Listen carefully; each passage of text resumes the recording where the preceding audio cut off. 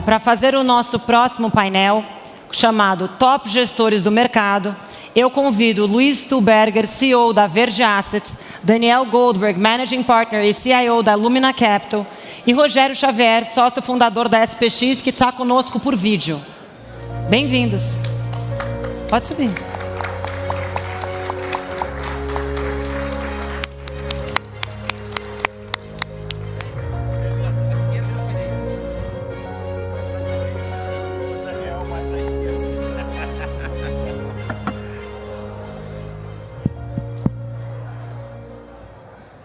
Opa! Bom, turma, vamos tomar nossos lugares? Rogério, está nos ouvindo bem? Bom dia. Muito bom. Você quer testar se você está falando? Eu imagino que sim, não estou não? Sim, está falando alto e claro. Bom, depois desse primeiro painel aqui que eu fiquei na sauna aqui 1 hora, agora é minha vez. Já dei uma treinadinha aqui com o William, então, de conduzir a discussão. Primeiro, agradecer a presença do Luiz Stuhlberger, Rogério Xavier, Daniel Goldberg, que são, acho que, estrelas do que o mercado brasileiro provocou, e com histórias, apesar do denominador comum do sucesso empresarial no mercado financeiro de capitais brasileiro, mas com histórias muito diferentes, né? O Luiz está à frente da estratégia verde há algumas décadas, apesar de ter um verniz macro, sempre teve uma participação micro muito importante, né, Luiz? Principalmente no mercado de equities. O Rogério, que tem uma carreira de tesouraria de bancos e saiu para empreender, criando a SPX, que foi um enorme sucesso, junto com o Luiz, a história mais bem-sucedida, as duas histórias mais bem-sucedidas na indústria de asset management no Brasil, e mais do que isso, resolveu ir para fora, para empreender. Então, está lá em Londres, tocando um hedge fund global, com enorme sucesso, e que eu tenho prazer de sempre conversar e debater. E o Daniel, que também tem uma história diferente, passou pelo governo de uma maneira bem-sucedida, passou pela indústria de investment bank de uma maneira bem-sucedida, depois foi empreender na indústria de asset e agora, mais recentemente, deu um novo salto de empreendedorismo, fundando a Lumina Capital, que começa esse ano e que certamente vai ser um enorme sucesso, como tudo que o Daniel já fez na vida. Já tem o nosso apoio e nossa admiração. Então, para vocês três aqui, parabéns pela história e um prazer enorme estarmos aqui debatendo. Eu vou começar, Rogério, por onde foi o final da minha conversa com o William. No final do ano, a gente, como tradicionalmente costumamos fazer, tomamos uma cerveja para falar um pouquinho de uma maneira relaxada da vida e do Brasil, e a gente discutiu um pouquinho esse cenário de juros americanos ou de mudança no ambiente e tal. De lá para cá, eu acho que alguma coisa já aconteceu, mas eu acho que o nosso debate aqui é muito mais sobre aquilo que a gente ainda acha que vai acontecer. Então, como é que você está vendo essa pressão inflacionária americana, a mudança nos juros, que momento a gente está do ciclo dessa mudança e daquele papo nosso para cá, o que mudou, não mudou, aumentou, diminuiu? Então, aproveitando que você está aqui mais longe da gente, vamos abrir aqui o bate-papo com você. Bom, obrigado, André. Obrigado pelo convite. Daniel, Luiz, sempre um prazer estar com vocês. Aliás, eu estava acompanhando seu painel anteriormente, que calor mesmo, meu amigo. Eu falei, pô, ainda bem que eu não estou nesse painel, porque só pergunta difícil, mas você, como sempre, muito habilidoso. Eu vou pegar mais leve, pode ficar tranquilo aqui, todo mundo. Poxa, eu falei, meu Deus do céu, tem que ser muito habilidoso para essas perguntas mesmo. Parabéns. Mas, enfim, eu acho o seguinte, o cenário, por incrível que pareça, e essa é uma vantagem, né, de a gente estar no Brasil e ser um especialista em Brasil, porque a gente está vendo acontecer no mundo desenvolvido o que a gente viu acontecer no Brasil no ano passado, né? A gente viu pressões inflacionárias claras nos índices de preços ao atacado, que depois acabaram passando para o índice ao consumidor. E o que a gente viu recentemente no mundo desenvolvido é a mesma coisa.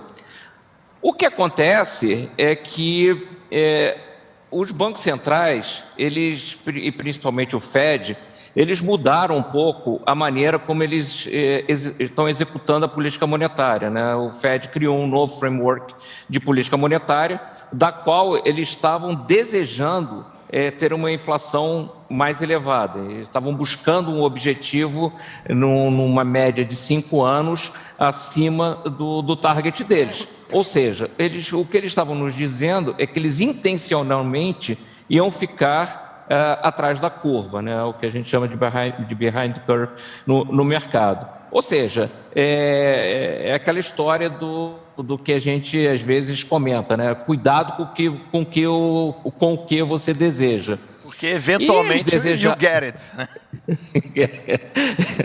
E conseguiram. No final, agora a inflação ela apareceu.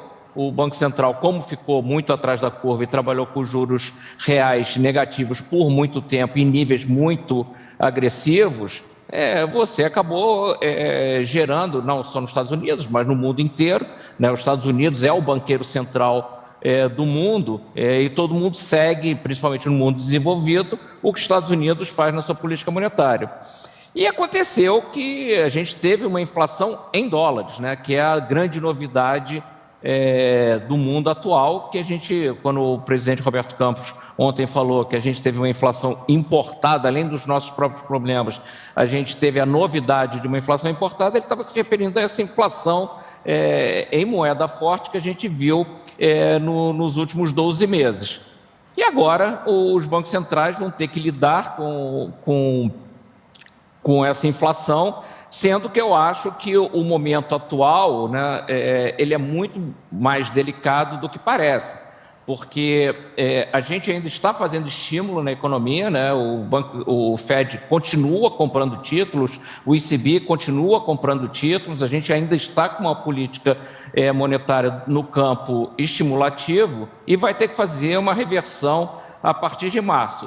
Só que a gente sabe que a política monetária trabalha com lags longos, né? Principalmente nos países envolvidos, a gente vai ver os efeitos da política monetária que a gente vai fazer agora, anos à frente. Então, é um período onde a gente está com a inflação já em níveis muito elevados, com a política monetária ainda no campo estimulativo, com as taxas de juros de mercado indicando que vai ser preciso fazer menos do que tanto você, pelo que eu escutei na sua apresentação, quanto nós achamos que deveria ser necessário, ou seja, é muito provável que a gente tenha que lidar com a inflação alta por mais tempo e que vai ser necessário se utilizar do instrumento de política monetária de maneira mais intensa.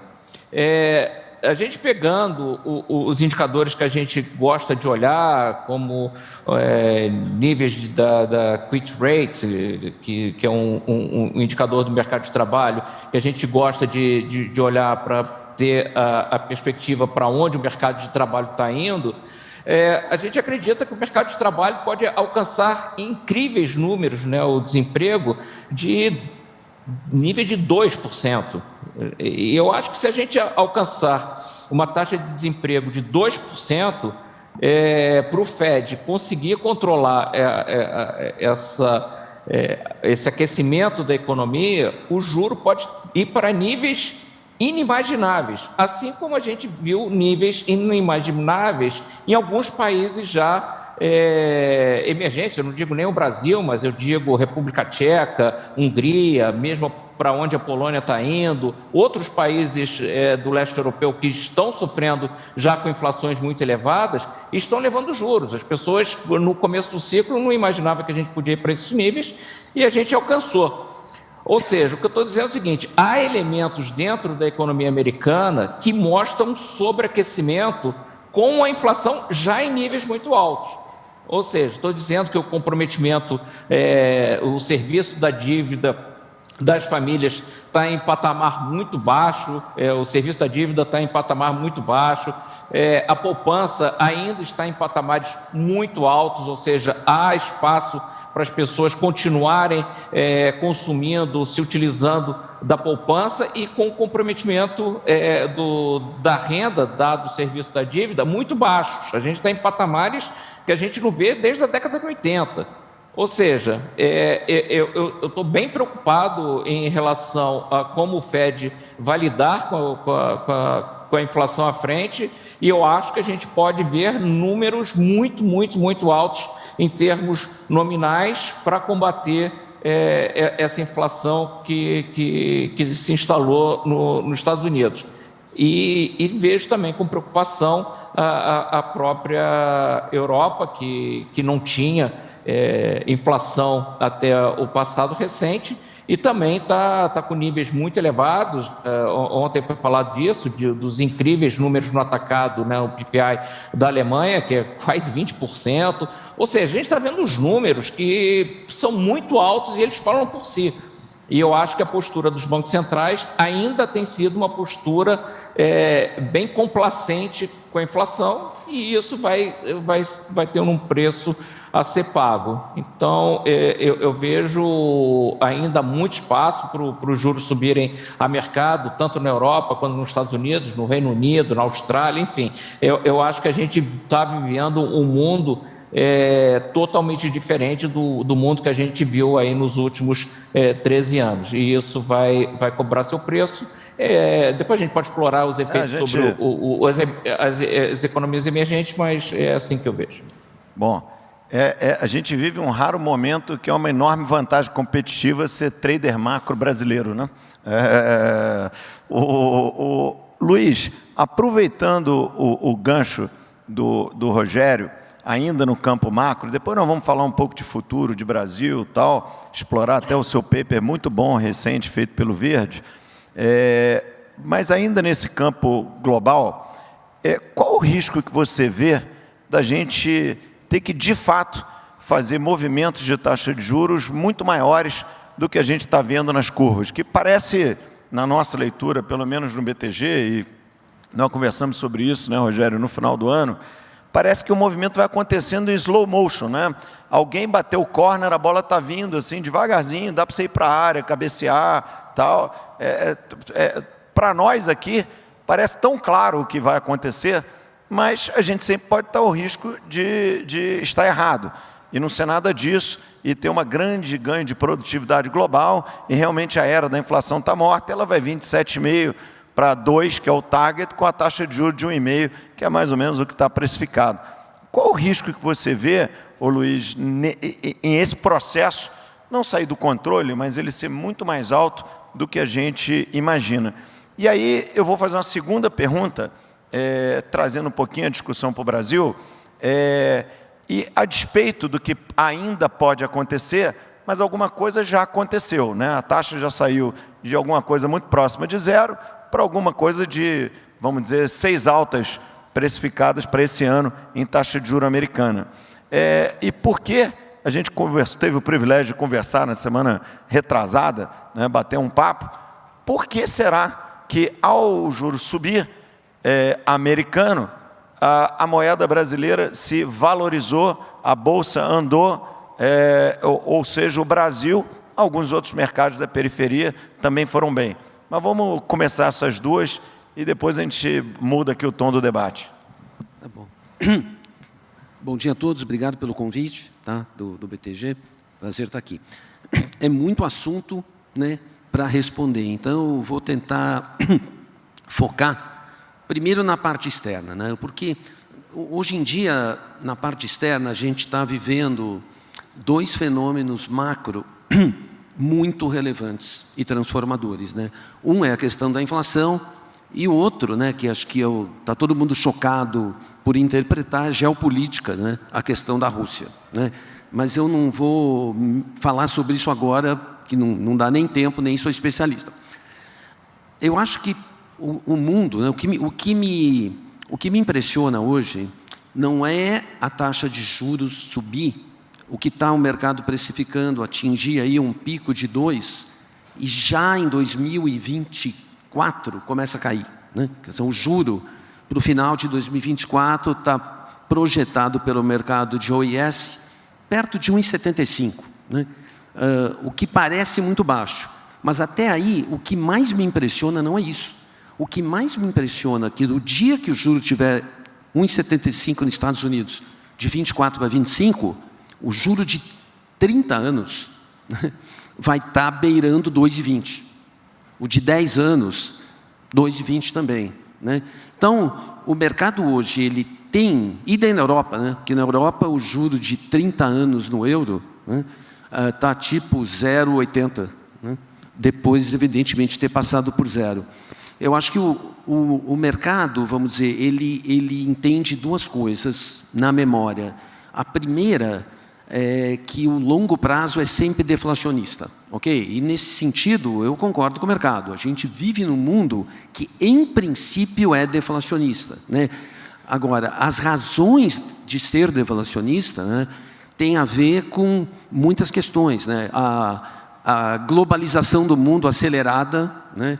Isso é verdade, começou lá nos anos 80 e vai até hoje, mas atingimos um platô, né? E provavelmente, por conta da geopolítica, a gente vai desse platô para baixo, né? Quer dizer, a gente vê os Estados Unidos e a Europa hoje dependentes, né, da Rússia e da China, e tenho certeza que eles vão querer, de alguma forma, reduzir essa dependência. E reduzindo a dependência, isso significa mais inflação, né? Porque vão ter que produzir domesticamente. Vamos dizer assim, então isso é uma ameaça, né? O segundo ponto, né, de ameaça é que o que a gente pensava do mundo, qual é a maior preocupação global hoje no mundo, né? Evidentemente, excetuando-se as de curto prazo, que é geopolítica, né, e inflação. É que o mundo não teria empregos para todo mundo, né? O grande medo que se fala é que as máquinas vão substituir o homem, que não haverá empregos suficientes. E o que a gente está vendo nos Estados Unidos é o inverso, né?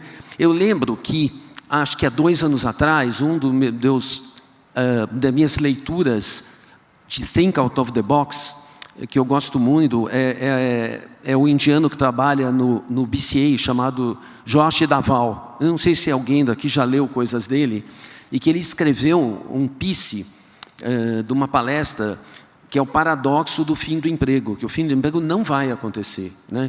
Se você nascesse no século XVIII, né, 1800 e algo, você gastaria 90% do seu dinheiro com comida, né? Se você nascesse no século XX, no início, você ia gastar um número muito grande do seu dinheiro, já que a comida caiu de preço, em eletrodomésticos e automóvel. Caíram de preço barbaramente. Aí começa a entrar a economia de serviços. E os serviços são infindáveis, né? Ou seja, o que você pode gastar e os serviços que surgem diariamente no mercado, né? Novas, não vou nem dizer de personal trainers, academia, beauty, pet, you name it, né? Estão gerando empregos, né? O ser humano vai gastar tudo que tem. Então, isso é um grande paradoxo. Então, essas coisas que são muito deflacionistas, né, estão perdendo um pouco de tração, né? E aí vem o meu ponto. O que mais me estranha não é a alta de curto prazo. O que mais me estranha é que o mercado ainda continua com o juro do longo prazo extremamente baixo. Por quê? A nossa memória, né, é de que em 2020, no início da pandemia, quando a pandemia começou, quanto era o juro de 30 anos nos Estados Unidos? 2. Né? Quanto era o juro de 30 anos na Europa? 1,5. E agora, bom, quando passar a pandemia, vamos voltar para lá. E se a gente pensar que de 2012 a 2018, o juro era 1 ponto maior que isso, não é muito, né? Era 3, o 30 anos nos Estados Unidos e 2 na Europa, né? Se a gente voltar só para isso, o estrago que isso vai fazer no mercado de capitais e dos ativos é grande.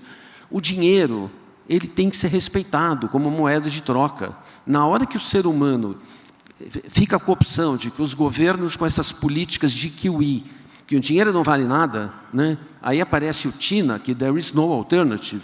Então, você vai investir em tudo que aparecer e fazer uma alocação de capital sem fazer conta. Porque se você deixar o dinheiro em qualquer juro, você vai perder, né?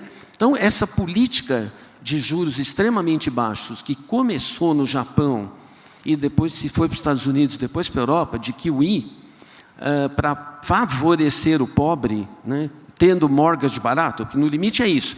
Você estimula a atividade econômica, né? E, ao mesmo tempo, torna o financiamento imobiliário extremamente barato. Isso tem consequências, né? Toda vez que o ser humano mexe em algo, né, muito relevante, ele destrói aquele ecossistema, né? Olha o Brexit e o Trump.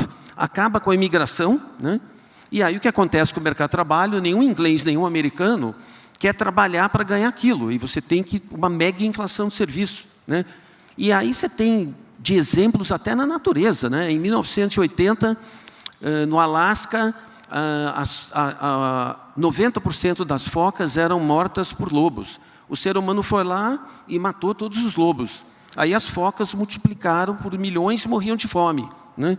Então, tem coisas assim no mundo, vamos dizer, que nós estamos contrariando coisas básicas. Eu acho que o fim da taxa de juros longa, né, é um fenômeno que a gente deveria levar a sério. Nenhum policy maker, né, vai fazer o suicídio político de querer levar isso. Isso só vai acontecer quando a inflação estiver muito alta, mas a verdade, ou tivermos algum problema em housing affordability.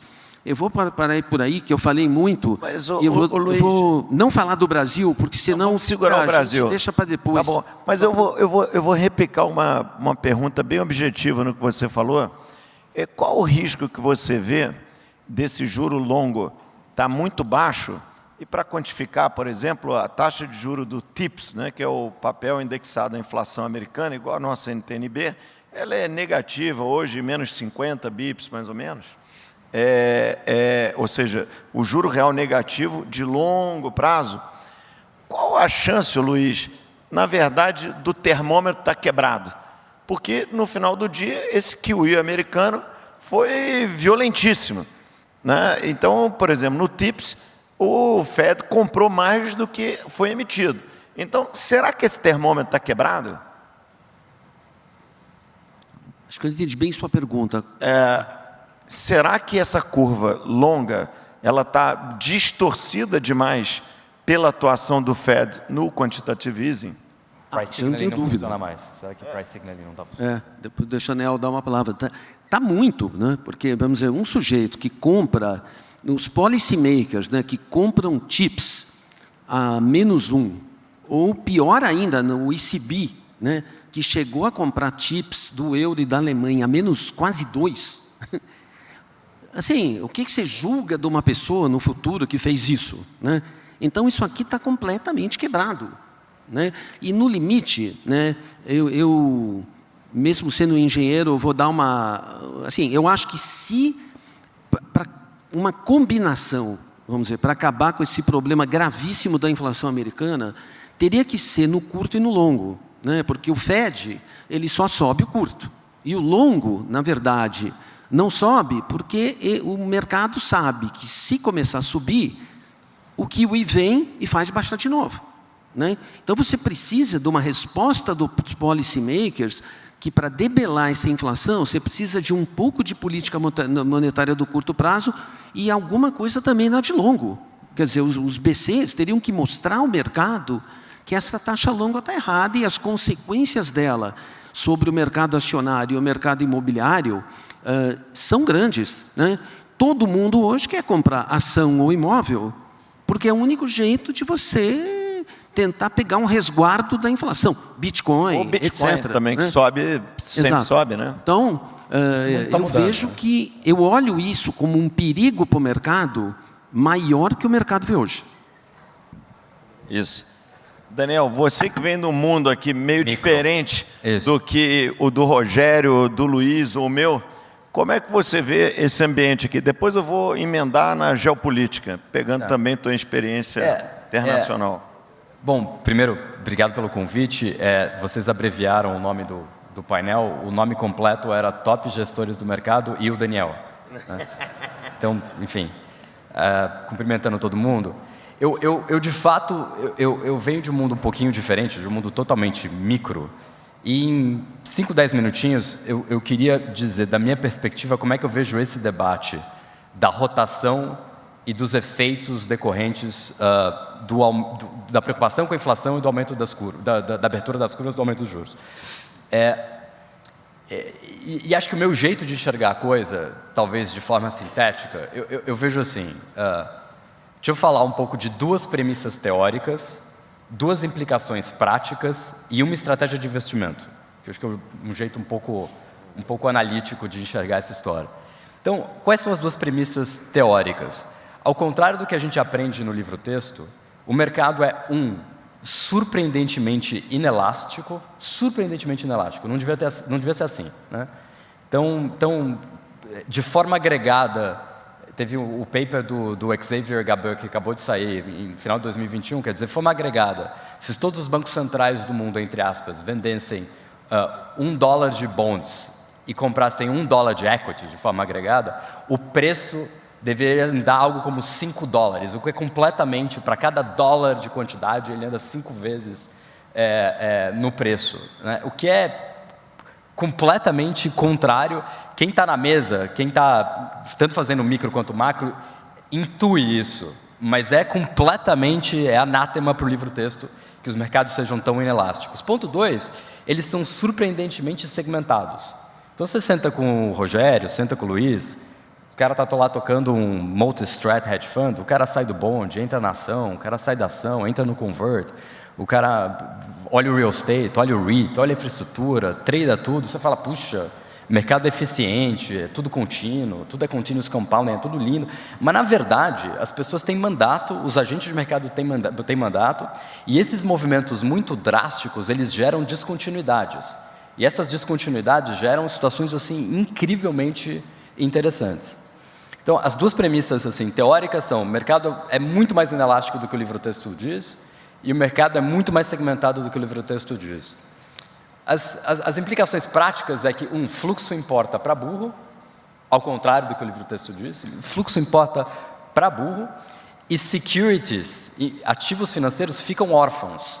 De vez em quando, tem security que fica sem pai nem mãe, e quando ele fica largado, você tem um descolamento dramático entre preço e valor, para usar um jeito simples de explicar isso, né?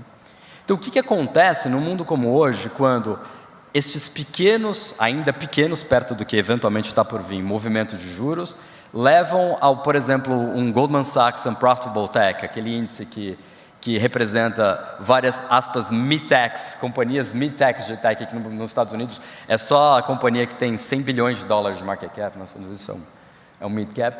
O que acontece quando o Goldman Sachs Unprofitable Tech Index cai 55% do high e 46% do mais recente, que é onde ele está hoje, mais ou menos?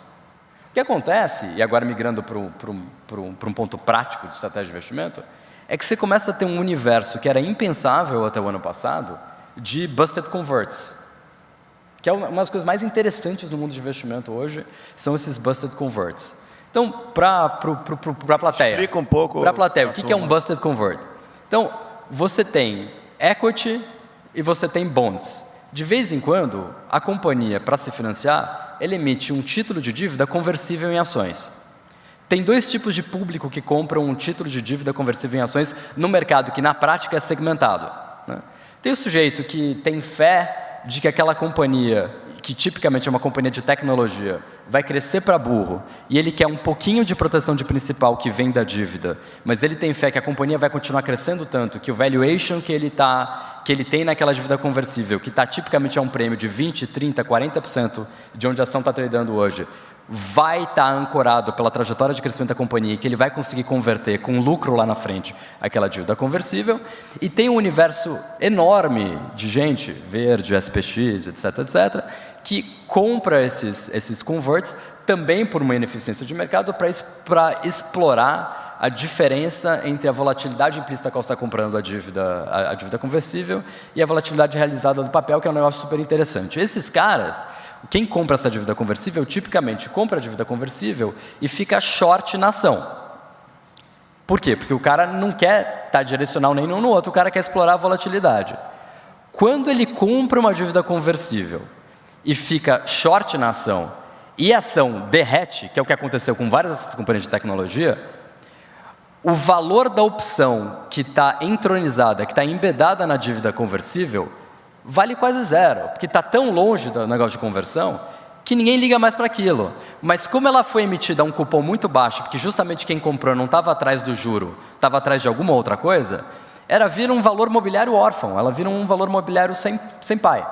Então, para dar um exemplo prático, hoje, o que aconteceu com esse rotation e com esse deslocamento dramático, inflação, juros, equity unprofitable, com muito crescimento no preço derretendo? O que aconteceu com esses busted converts? Pega, por exemplo, um Delivery Hero. Delivery Hero, quarta maior empresa de food delivery do mundo. Market cap, sei lá, 11,3 bilhões de euros hoje. Emitiu 2 converts a 1 e 2% em euro, a nada. Com um prêmio de conversão na emissão a 40% de onde o preço da ação estava. O que aconteceu com a queda da ação? O que aconteceu com a queda da ação hoje é que aquele prêmio que na emissão era de 40%, agora é 300%. Você precisa quadruplicar o valor da companhia para o valor da opção que está na dívida conversível valer alguma coisa. Pô, esse troço foi abandonado. Hoje, você fala na tela, você pode comprar uma dívida do quarto maior food delivery do mundo, que vale 11 bilhões de euros. A dívida vale mais ou menos 9% do valor da firma. O enterprise value do Delivery Hero é, sei lá, 13 bilhões de euros. Você tem 1,2 bilhões de euros de dívida líquida e 1,2 bilhões de convert. Depois você fala assim, pô, você precisa destruir, daqui até o maturity, você precisa destruir 11 bilhões de euros de valor da firma para esse troço ter um problema. Se a opção não valer nada, você podia comprar ele até outro dia a 10% ao ano em dólar. Gente, para pensar o que era isso. Bom, olha o mundo que o Rogério está descrevendo, olha o mundo que o Luiz está descrevendo, olha toda essa discussão de Tina, there's no alternative, ninguém tem nada que fazer. Para pensar com quão dramático está o mundo hoje, em termos de oportunidades, para investir por conta desse deslocamento. E ele não decorre de antecipar o movimento macro. Ele decorre do fato de que, como o mercado é segmentado, a rapidez do movimento cria deslocamentos espetaculares, e que eu acho que esse é um pouco onde, do meu ponto de vista, a gente gosta de focar. Muito bom. Ô Daniel, vou mudar o assunto, mas vou continuar falando com você, depois a gente vai trazer a conversa mais para o Brasil. Você acompanha muito o mundo e acompanha também geopolítica. Qual a sua visão dessa crise Rússia e Ucrânia? Eu dei a minha aqui enquanto eu estava sendo tostado pelo William Vac, mas você agora dá a sua. Eu vou falar o que eu estava falando para o Luiz antes da gente entrar aqui batendo papo sobre isso, que é o seguinte. Um dos meus livros prediletos são as Memórias do Churchill, da Segunda Guerra Mundial. E eu pensei a vida inteira que esse dilema Melville versus Churchill é super fácil. Todo mundo que lê a história fala assim, pô, mas o Churchill está no lado certo da história, pô, era tão óbvio o que fazer e tal. Essa escalada do Putin de um jeito assustadoramente próximo, assim, é aterrorizante quão próximo isso é de precedentes em torno do final da década de 30. Essa escalada do Putin me fez pensar quão mais fácil é ver a história em retrospecto e escolher o lado certo do que o cara que é o governante à época decidir se ele fica do lado do Neville ou se ele fica do lado do Churchill. Porque a opção agora, claramente a gente está nesse tipo de escalada. E a opção dar uma de Churchill é extremamente custosa para o mundo e está todo mundo brincando de Neville. É o que as pessoas estão fazendo, né? O outro comentário, também completamente en passant aqui, que a gente estava fazendo antes de entrar, é que os Estados Unidos exauriu os seus capabilities militares, elevando o problema do terrorismo a um tema geopolítico e declarando guerra ao terrorismo e se esticando todo e de novo, depletando as suas capacidades de responder à altura agora. E agora a gente tem um evento geopolítico, né? Toda aquela história, o Salute estava falando disso, toda aquela história de, acabou essa história, agora a gente está nesse mundo multipolar, não tem mais evento geopolítico. Eu tenho uma forte sensação de que o mundo está muito mais do lado do Neville do que do lado do Churchill. Está todo mundo apostando em algum tipo de appeasement. Isso, e acho que tem que ser assim mesmo, mas isso me assusta. Eu vou fazer uma recomendação cultural. Para quem está mais curioso para entender esse ambiente, tem um excelente filme no Netflix, que é Munich, que retrata esse momento da história pré-Segunda Guerra, que é o Pacto de Munique em 1938. Rogério, voltando aqui para o mundo financeiro, eu vou fazer para você a pergunta que eu fiz para o Luiz, que educadamente passou para a gente circular aqui mais pelo painel. Bom, o juro nos Estados Unidos, desde o final do ano, subiu mais ou menos uns 100 bips, assim, generalizando. Nós estamos com a sensação aqui, traders brazucas, que vai muito mais uma incerteza sobre a resiliência da inflação americana, mas certamente o consenso está andando no sentido que ela é mais resiliente e, no entanto, o real saiu de 5,70 para 5,05. O que se passa aqui no Brasil que teve essa melhoria? Qual a sua visão desse momento e daqui para frente, como é que a gente vê, dado o quadro americano? Sim, vou começar antes por o que eu acho que teve um equívoco de política econômica, não no sentido amplo da crise da pandemia do ano passado, mas de alguns cenários que o próprio presidente Roberto Campos tem comentado que não se realizaram, mas, na minha avaliação, houve um certo exagero na calibragem da política monetária durante o 2020, início de 2021. Acho que tiveram certos erros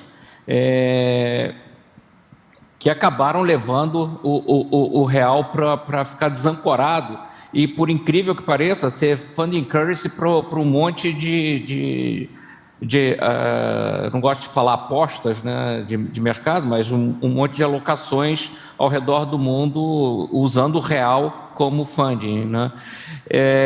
Eu acho que isso foi mudando ao longo do ano de 2021, o Banco Central foi corrigindo os erros, né, e outros economias emergentes. Você falou que alguns países emergentes também tiveram valorizações importantes e, basicamente, é porque eles também foram corrigindo a sua política monetária. Você também teve um impulso, principalmente nos países mais ligados a commodities, que tiveram uma melhora nos seus termos de troca, que melhoraram de sobremaneira a conta corrente do balanço de pagamentos, e isso acabou melhorando o desempenho das suas moedas, e no caso do Brasil também.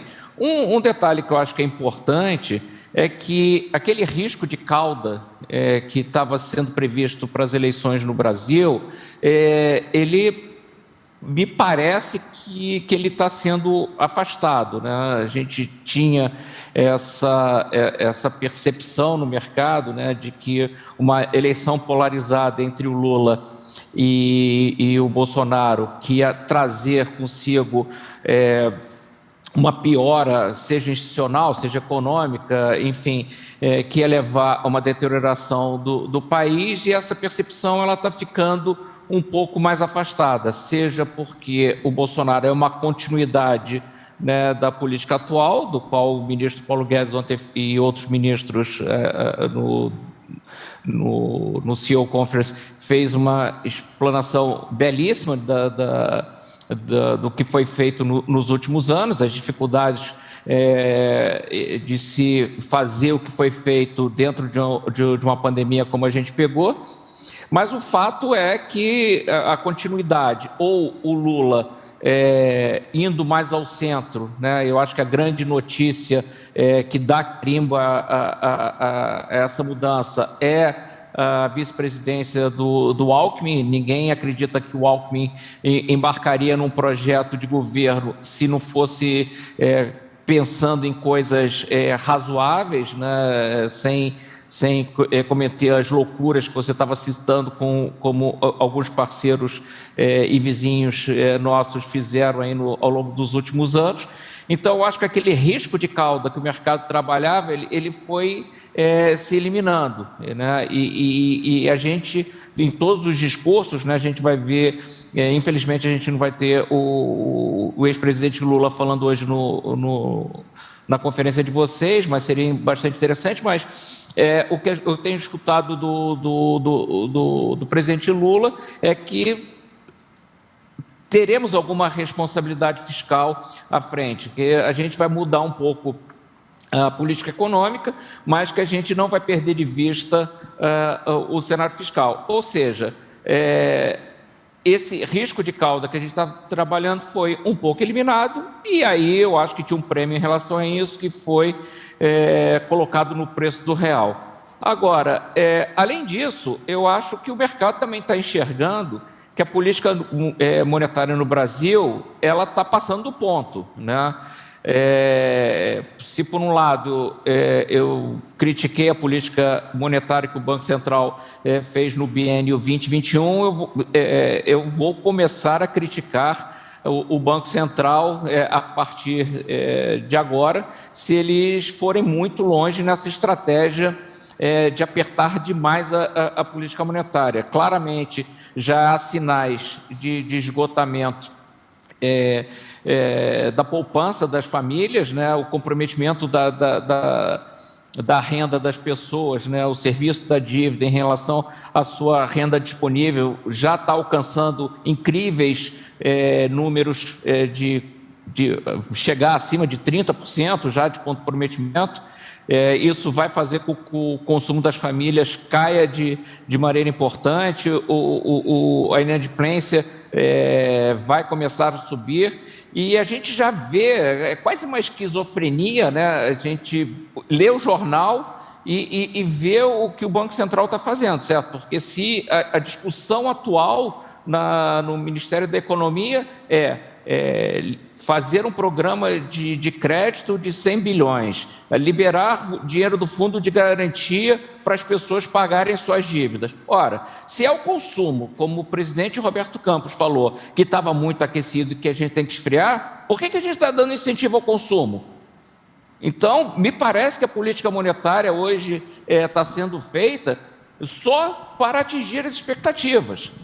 Mas eu fico me perguntando, tá bom, então é para atingir as expectativas, mas vamos nos transportar para junho deste ano. Quando a gente chegar em junho desse ano, se as expectativas de mercado estiverem corretas, né, e a gente projetar o resto da inflação deste ano com a inflação projetada para 2023, a gente está dizendo que a gente vai ter o segundo semestre rodando a mais ou menos 4,5% anualizado, com o ano de 2023 a 3,5%.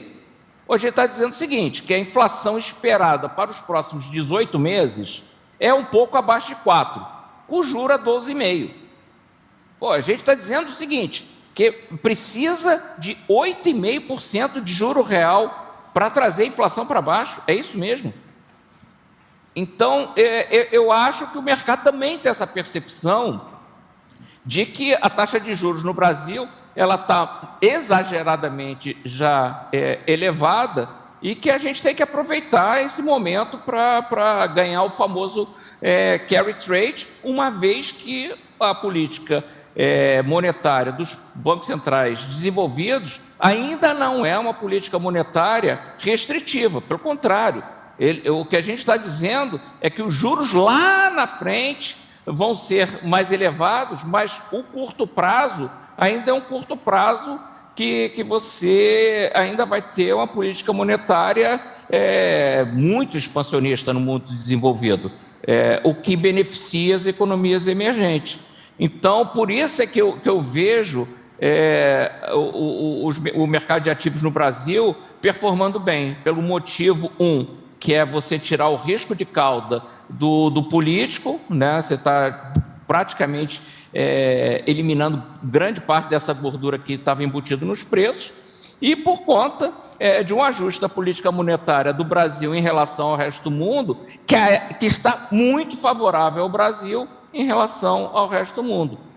Além do benefício que a gente teve nos termos de troca também, que ajudou o conta corrente do balanço de pagamentos. Eu não acredito que esse câmbio vá se perdurar nesses níveis para frente, porque eu acho que a gente vai ter a política monetária sendo apertada no resto do mundo, e a política monetária no Brasil vai ser afrouxada e o câmbio vai encontrar um novo equilíbrio à frente. Mas no curto prazo, eu não vejo nada de errado com o que o mercado de ativos está fazendo no Brasil. Bom, Luiz, eu vou trazer aqui a discussão de Brasil para você. Eu vou pegar um momento meu William Vac agora. Eu vou repetir a mesma pergunta que eu tinha feito para você e passei pelo Rogério. Como é que você acha que esse comportamento do Brasil conversa com o resto do mundo e como ele conversa com um paper que recentemente, muito bem escrito, por sinal, e muito importante para poder trazer o debate político, trazer a responsabilidade para o debate político, um paper que eu recomendo a todos lerem, que a Verde Asset Management escreveu, sobre o risco populista na política brasileira.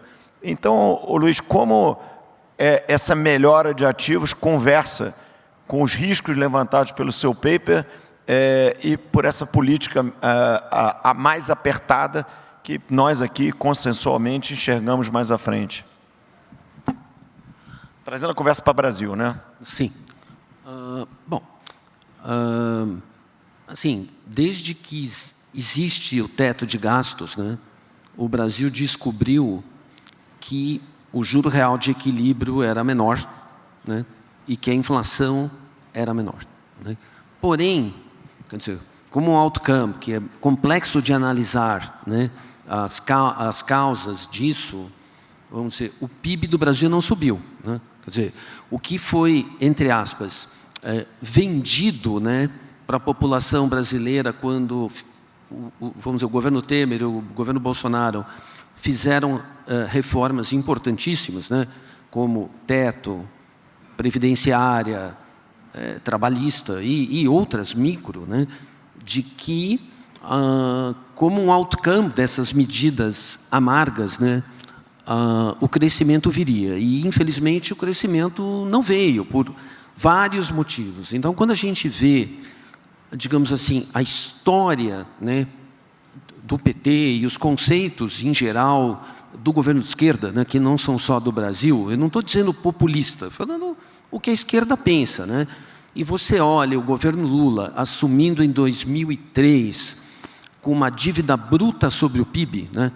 Desculpa, dívida bruta menos reservas, que eu acho que é a melhor métrica, de 60% do PIB, né? E o Lula entregou para Dilma uma dívida bruta menos reservas de 40% do PIB, né? Então, vamos dizer, não será alegado, né, que ele não foi responsável, né?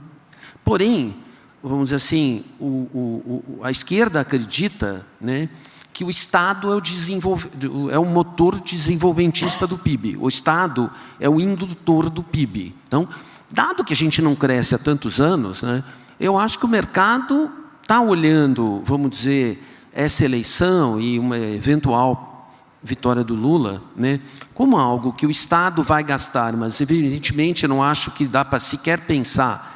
O governo Lula subiu as despesas federais, né, em 6,2% ao ano, mais inflação durante todos os anos, né, inclusive os da Dilma, sendo que a gente já vinha subindo muito a despesa no governo FHC, né, o Brasil, muito. É uma evolução, né? Ou seja, a gente teve de 1900, desde a Constituinte, né, 1989 até 2016, uma alta de gasto de 6,2% acima da inflação, levando o Brasil... Aliás, Luiz, só um registro, isso que você falou é muito importante, né? A gente cresce despesa primária em relação ao PIB em basicamente todos os governos, quase que linearmente, desde a redemocratização. O ministro Paulo Guedes, que apanha muito pelo seu jeito atípico e algumas declarações de efeito e tal, mas a verdade é a gente, talvez até por esgotamento, é a primeira vez que a gente vai terminar o governo com despesa primária menor do que a gente começou desde a redemocratização. Só para pegar a fotografia, né? Obviamente que temos muitas coisas para fazer, mas parece que como sociedade enxergamos alguma contingência a isso. Não sei em todos os aspectos ideológicos, mas... Não, eu até vou fazer até que uma menção, conversas nossas aí com o Mansueto, né, que a gente concorda muito com tudo que ele tem escrito. Quer dizer, o Brasil em 2021, vamos dizer assim, esquecendo gastos com a Covid, né, não estou falando de auxílio emergencial, ele tem uma equação equilibrada no primário, né? Gasta 35% do PIB e arrecada 35% do PIB. Lembrando que o Brasil arrecada 32,5% de carga tributária, mas tem 2,5% de carga não tributária, né, cujo principal são royalties, mas isso conta. Então, pegando a PEC do ano passado, né, a PEC, vamos dizer, que dobrou o Bolsa Família, mais emendas e acertou, né, a questão dos precatórios, eu diria, a gente assumiu aí mais 1% do PIB na perpetuidade, de gastos, algo assim. E se sair parte do que está sendo falado esse ano, né, eu acho que a gente talvez vá para mais 0,5% do PIB, alguma coisa assim, de gasto. Então, um governo do Lula entrando com uma política de gastar mais, quer dizer, ele vai receber um déficit primário de 1 a 2 do PIB, né? E com uma tendência de aumentar. Porém, assim, eu não acho que o mercado está recebendo isso muito mal, né? Do ponto de vista, se isso for feito responsavelmente, eu diria longe do 6 do PIB de incremento anual, alguma coisa talvez como 3, e eventualmente, talvez tentando mudar, né, uma regra de accounting no Brasil, de que investimento não é gasto, né? Porque hoje o investimento público ele é gasto, né? Então, poderíamos talvez investir 1% do PIB a mais do que a gente investe para dar uma indução ao desenvolvimento. Curiosamente, o mercado de câmbio, por N razões, inclusive você citou, Rogério, a gente está recebendo um fluxo muito grande, o mercado de câmbio está se reagindo muito bem, né? E o mercado de ações recebeu um influxo, né, também por motivos que você comentou, não vou repetir, muito alto, né, 55 bi de dólar em menos de 2 meses. Porém, o que está acontecendo no mercado de juros e no mercado de inflação? Ele está indo no inverso disso, né? O câmbio está aí flertando com 5, mas o break-even inflation de 10 anos, ele está em 5,6. Né?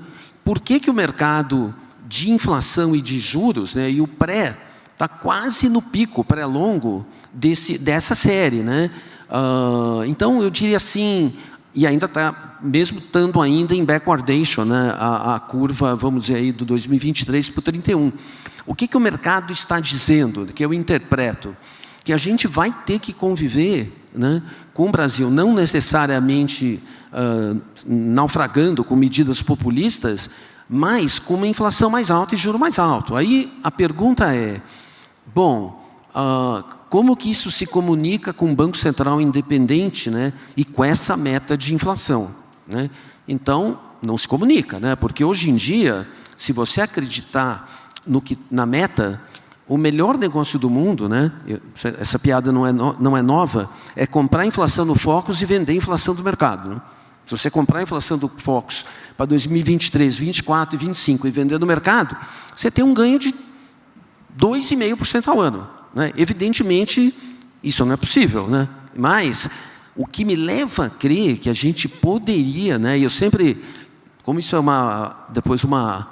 vão pôr pensamentos que eu falei aqui publicamente, eu não estou dizendo que isso é provável, nem recomendando isso. Mas talvez a gente tenha que mudar a meta de inflação, né? Porque a inflação que você vê hoje, ela é mais compatível com a meta de inflação que a gente teve nesses anos todos que o Brasil subia a despesa. Quer dizer, uma inflação centrada em 4,5 com 2 para cima, 2 para baixo. Você não pode achar razoável, né, inflações de 23 a 25, com o Banco Central independente. Assim, alguém disse outro dia, acho que foi alguém da Biúna, né, que trazer inflação de 10 para 6 é fácil, mas trazer de 6 para 3 é dificílimo, né? E a gente... É a mesma tarefa lá de fora, né? O 7,5 por 4 vai ser fácil. 4 por 2 é que aí que nós vamos ver. Pois é, então, eu acho que a gente vai ter que lidar com isso, né? O mercado, os estrangeiros, não têm uma opinião negativa do Lula, os empresários, né, no Brasil vão ficar felizes, porque se o governo gastar mais, né, cada 1% do PIB de medidas fiscais gera 100 bi, 90 bi, 100 bi na mão do consumidor, né? E o consumidor vai gastar e vai botar a economia para frente, né? Então eu diria assim, a gente tem esse dilema de precificação de ativos brasileiros, a bolsa e o câmbio indo para um lugar e a inflação e juros indo para outro lugar, né? Então a gente sabe, né, que também em governos populistas, né, o que paga a conta é a inflação, né? Então, não estou dizendo que eu acho provável termos um governo populista, não acho, né? Mas, vamos dizer, nós estamos nessa mudança de paradigma, né, para se tentar um novo modelo diferente do que está aí de 16 a 21. Legal. Daniel, você conhece muito bem a cena política brasileira. Qual o risco da gente ter, numa vitória de Lula, uma repetição de erros passados, sejam brasileiros ou vizinhos, que facilmente são verificáveis como erros tradicionalmente associados à esquerda, que foram mencionados até nesse paper muito bem produzido pela Verde? Como é que você vê esse risco? O mercado está precificando bem, esses riscos são menores, a gente pode ser o sapo dentro de uma panela esquentando? Eu acho o seguinte, uma boa e uma má notícia para a Faria Lima. Assim, a boa notícia é, eu concordo com a visão de consenso de que a chance de um governo Lula ser centrista, aspas, aspas, aspas, é enorme. E eu me impressiono muito pouco conhecendo pouco, mas conhecendo os atores em questão, eu me impressiono pouco com ex-assessor econômico A ou ex-assessor econômico B publicando coluna de jornal em nome de candidato. Eu acho isto pouco indicativo, na minha experiência, de qualquer coisa. Então, eu tenho muito pouco medo disso e tendo a concordar com a visão de consenso de que um eventual governo Lula é pragmatista e centrista. Essa é a boa notícia. A má notícia é que eu acho que as pessoas esqueceram o que isso significa na prática, no contexto de um governo do PT, com coalizão, com forças de centro no Congresso adjacentes a ele, etc, etc. O que isso significa é que o caso base é um governo ruim, mas não péssimo na macro, e muito bagunçado na micro, né? É que as pessoas... O Lula 2. Não, eu acho que é isso, eu acho que é um Lula 2... Lula 2 que eu quis dizer, comparando com micro. Lula 1, isso. Tem Lula 2 e tem Dilma. Isso, eu acho que é último ano do Lula 1 com o Lula 2 inteiro, né? Então assim, se eu tivesse que usar essa... Eu estou no Lula 2. Então, assim, a gente não tem falado muito disso, a gente está falando de inflação, juros, etc., mas assim, no final do dia, no longo prazo, todas essas discussões macro deviam estar discutindo produtividade. Isso é o fator... A gente esquece de discutir isso porque é menos relevante para os ativos financeiros que a gente negocia, mas no longo prazo a gente está discutindo produtividade. E se você pegar o poder, a força de longo prazo de uma agenda micro bem desenhada, é extremamente descontada pelas pessoas. Você pega o que este Banco Central está fazendo. Pega o que foi o PIX e pega o que vai ser o PIX. De novo, ninguém discute isso, mas no sandbox do Banco Central, Esse projeto que está eleito agora, que é usar a infraestrutura, os rails de Pix, para fazer crédito, para pensar na implicação, se esse troço der certo, você imaginar daqui a 5 anos, a indústria de crédito operando inteira no rail de Pix, eu não vou entrar em implicações práticas do ponto de vista de investimento por motivos óbvios, mas para pensar no que isso significa. Isso foi um Banco Central meio que tocando uma agenda micro assim, por fora, né? Por fora da cerquinha do Congresso, da discussão e tal. Imagina quão legal, quão importante, quão contributivo para a produtividade de longo prazo você teria uma agenda micro mais arrumadinha, que é um pouco o que o governo Bolsonaro, honestamente, perdeu a oportunidade de emplacar de forma mais impactante. Eu esperava isso, e é uma coisa que, a despeito dos esforços do ministro Paulo Guedes em melhorar o primário, em acertar estados e municípios, de fato o resultado primário melhorou, a gente teve muita oportunidade perdida na micro. Então, do ponto de vista de um eventual governo Lula, em especial se ele ganhar no primeiro turno, eu fico com muito menos medo desses assessores escrevendo contrassensos no jornal, e fico com muito mais medo em relação à agenda da reforma trabalhista, flexibilidade de contrato no mercado de trabalho, agenda de flexibilização do mercado financeiro, uma agenda do câmbio que é importante, uma agenda no mercado de infraestrutura de atrair capital privado e não resgatar a história do Estado como indutor, vide a trombada que a gente teve no setor de energia, que, aliás, do ponto de vista de ineficiência e de disfuncionalidade, é a oportunidade mais interessante, acho que para 22 e 23 é o que vai acontecer no setor de eletricidade brasileiro, por um milhão de motivos que a gente não tem tempo de discutir. Então, eu acho, o meu caso base é ruim, mas não péssimo no macro e bagunça no micro. Tá certo. Gente, eu acho que a gente podia ficar aqui conversando mais 2 horas com esse time aqui de craques, no macro, no micro, no Brasil, no internacional, na economia, na política, mas a gente tem que seguir aqui o nosso cronograma. Então, queria agradecer a presença do Rogério Xavier, Luiz Stuhlberg, Daniel Goldberg, estrelas aqui da nossa indústria financeira brasileira. Uma honra, um prazer enorme ter vocês aqui conosco, e muito obrigado mais uma vez pela presença de todos. Tá bom? Obrigado. Obrigado.